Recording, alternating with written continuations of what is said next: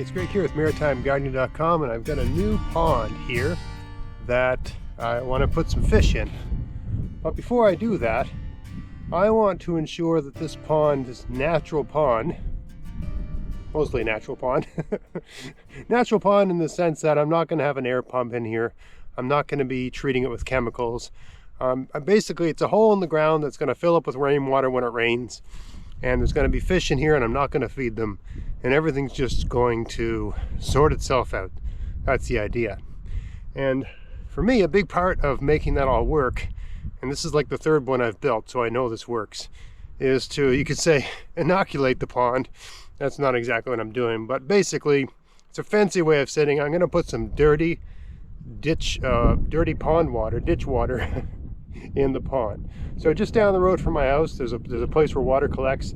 There's cattails there and all kinds of different, it's sort of a nasty swamp ditch little area. There's cattails there and there's a whole bunch of other stuff. And I just went down there and filled a bucket half full of water from stuff in there, right?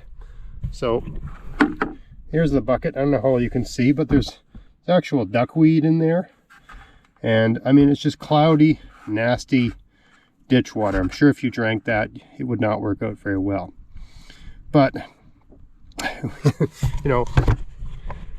the thing is, when you examine the water in the ditch, in the places where there's any depth of water at all, it's reasonably clear, right? So there's the right balance of things living in that water, that any nutrient buildup in the water gets treated with the things that are actually growing there. So to me, it makes sense to just dump some of that in here. There it goes.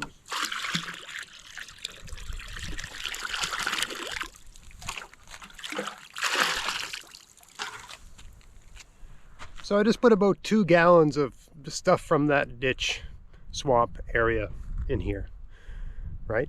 And that area has very similar properties to this little pond, right? There's not a lot of moving water. Basically when it rains, this fills up with fresh water. And there's an overflow on this, so water can go in and go out, right? I've got a spot here where water comes in, right? It drains in from the hill right there. And I've got a pipe underneath, a perforated pipe underneath the ground here. And when it rains, there's gravel there. So when it rains, the water comes down that and it comes in from here. And there's an outlet pipe at the far end over there. So if the water gets too high, it can go out, right? And I've put all these plants around the edge.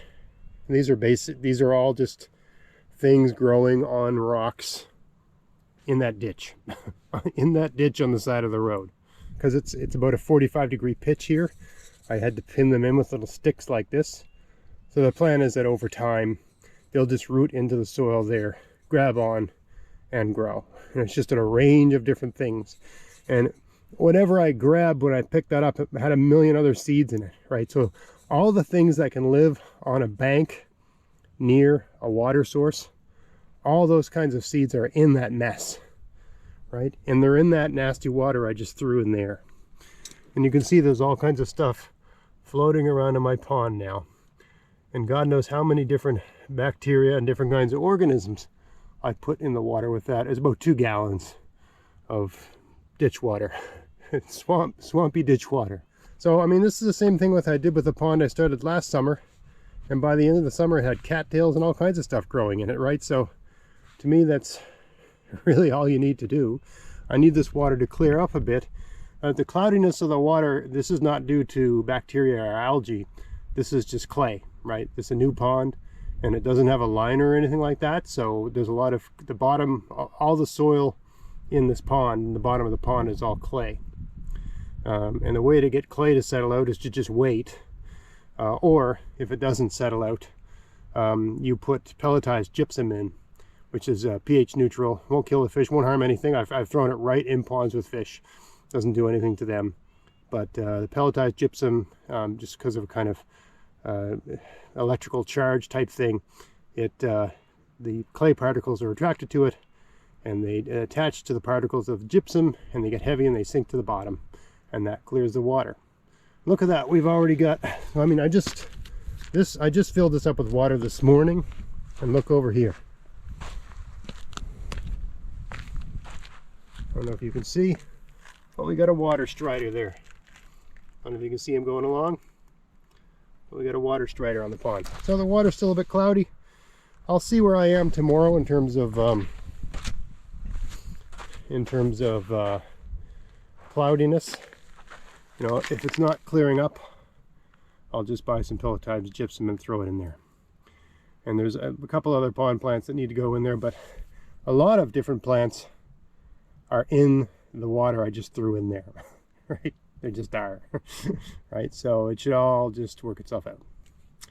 Anyway, that's where we are with the pond right now. That's how you get the right balance of different things in your pond. You go to a place where those things exist, get a bucket of water from that, and throw it in your pond. That's it. Low tech. Makes sense, and it works. Hope you found it interesting. If you did, please like, share, subscribe. Until next time, get out there, get at it, have fun in your garden. Thanks for watching. Hey, if you want to help support everything I'm doing here, go to vessies.com to buy whatever you need for your garden this year. And use my coupon code GAVS23 to get free shipping as long as there's a pack of seeds in the order and there's no oversized items in the order. Check out the description box of this video for details. You can buy everything you need from Vessies. They have seeds, fruit bushes and trees, soil amendments, pest solutions, tools, clothing, and lots of other stuff too. So yeah, if you want to help support everything I'm doing here and they sell something you need, buy it from them using my coupon code. And happy gardening.